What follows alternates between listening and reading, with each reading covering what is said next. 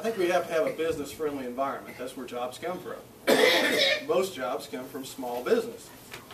We can reduce regulation that is crippling regulation, and we can provide an environment, small things such as trying to get workers unemployment in line, not punish employers when they're in a layoff situation, when we have a downturn in the economy.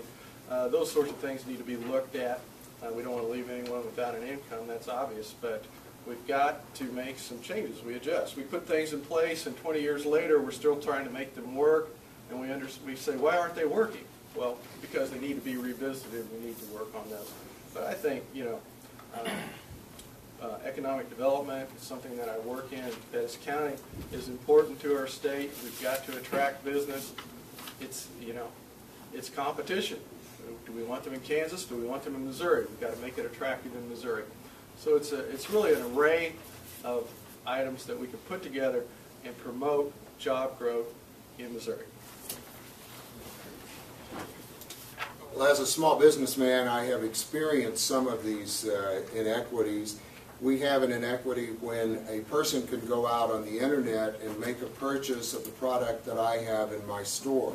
We have responded by reducing the cost of our products to a point where it is difficult for our local small businesses to pay for lights, to pay for water, to pay for the building expense and insurance and employees. These are issues that we as small business are facing.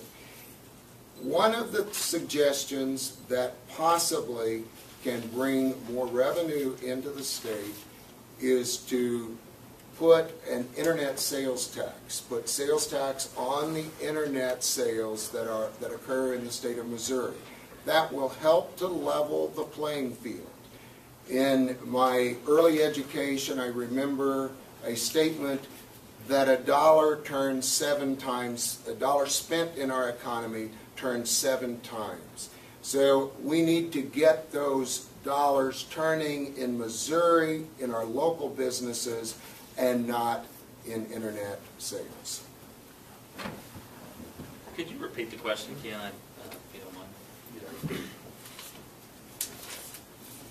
Basically, what is the most important thing that you can do to improve Missouri's economy? Most important thing to improve our economy is to get our state working and get it fully employed as much as possible. 3/4 of our general revenue in the budget comes from income tax. And so if you have a situation where people are unemployed or they're underemployed, then our economy to the state budget is going to be drastically reduced. Our budget in the state is based on a 3.9% growth. And so we have to have an economy that's growing and expanding. Now is certainly not the time to increase taxes, whether that be on individuals or on businesses. Businesses are taxed enough. And so we need to make sure that we are not increasing the burden on our businesses. I carried House Bill 1661 this past year called Get Government Off My Back Act. And that basically says that we're not going to come up with any more new regulations for a 5-year moratorium period. And I think that's important. We also give incentives to businesses if they're going to have health care for their employees. I think that's very important. And then I think we also need to take a look at lowering the corporate income tax as well, because we need to make sure that our businesses can stay and expand in Missouri. There's nothing that requires a business to stay here. They can get up and walk. And we've seen that in the state of Illinois when they increased their corporate income tax, their business income tax. Those businesses are leaving the state of Illinois. This is a good economic question. And as a mediator, I hope you all can sense and hear what I'm saying, that we hear that we have a lot in common. Democrats and Republicans are agreeing on some things. I think the most important thing is restoring civility to the legislative process, where Democrats and Republicans can talk, communicate, cooperate, come up with some plans. We're going to have to fine-tune our tax code, the tax system. We need some 21st century law enforcement and tax collection process on sales tax and internet sales, and have our code catch up with what's actually going on in the 21st century. This will all I think, result in more jobs and better collection and wiser spending on what we do have as far as income in our budget. Ron can bring to Jeff City some of the innovative ideas that we have created in Slater. We're actually creating jobs now. We're in the last 6 months have created over 100 jobs with the potential of 180 jobs. Also, he has worked with us on affordable housing for working families, so that we'll draw working families to the town. These are people that are have jobs, will pay taxes. He's been all part of these innovative ideas. We've had ideas for small businesses that he's participated in that's attracting small businesses to town. So he can bring this innovation and these ideas to Jeff City. We've done the job there. We can do it on a bigger scale.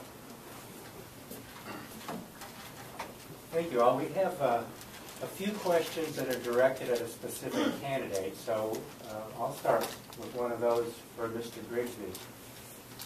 The question is, the National Rifle Association gives you a grade of D, which means that you generally support more restrictive gun control and oppose pro-gun reforms. If you support our Second Amendment rights, how do you explain this, and what have you done to advance the rights of private gun ownership?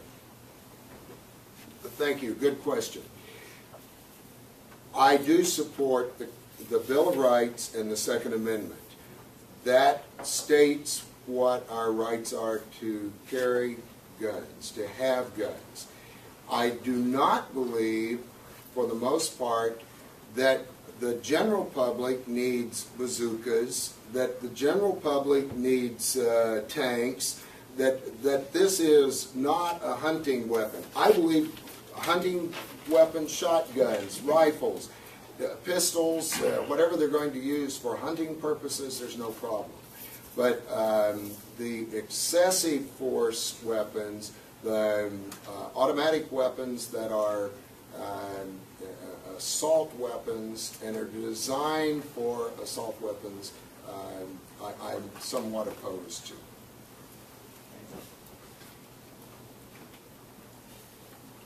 Any other candidate want to talk about Second Amendment?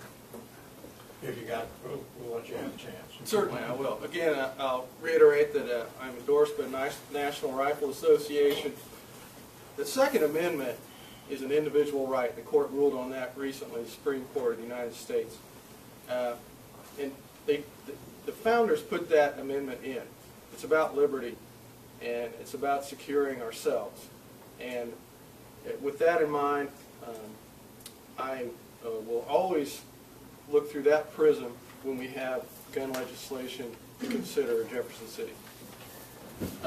I'm proud to say that I received an A rating from the NRA this year. I've always been a proponent of the Second Amendment and will continue to do so. A couple of years ago, I was the bill sponsor for Katrina's Law, which basically says this: after Hurricane Katrina, the law enforcement came in and confiscated weapons in New Orleans. Most people aren't aware of that, but they confiscated weapons, and they had semi-full of weapons that they confiscated after Hurricane Katrina. Well, we have seen in natural disasters, when there's no law enforcement, when people have to fend for themselves, when's the time that you really need a gun? It's in cases of disasters. And so we passed Katrina Law in the state of Missouri, and I was a bill sponsor of that, to make sure that that never happens again. And so I'm a proud recipient of an A rating from the NRA. I think we do have to be very concerned what's going on at the national level, and basically the Obama administration wants to make it much more difficult and much more expensive to buy ammunition. And we need to be sure that we can, anything on the state level to prevent that, we should do. I'm happy to report that I believe in the Second Amendment and all of the Bill of Rights and the whole U.S. Constitution. You need to take an oath to uphold the Constitution of the state of Missouri and the U.S. as well. But I will also not be beholden to any special interest. You elect me to the state senate. And that's the way I think our representatives should be, representatives of the people, to go down and vote the conscience of their district. I think that one's easily answered.